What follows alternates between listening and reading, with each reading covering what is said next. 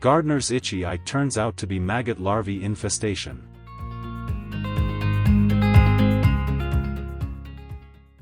A 53-year-old man went to a French emergency room, complaining of a persistently itchy eye. He told his medical team that earlier that day, while gardening, he had felt something enter his right eye. Upon examination, doctors at the University Hospital of Saint-Etienne in Saint-Priest-en-Jarez, France, found more than dozen squirming larvae in his eye.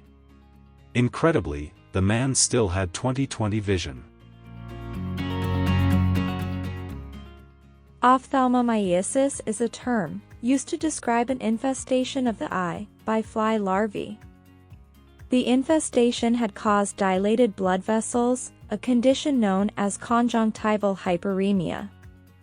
The team has published a paper describing their diagnosis and treatment of the case.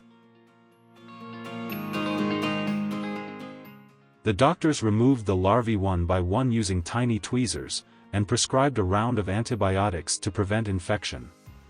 10 days later, on follow-up, he was found not to have suffered from any eye damage or infections.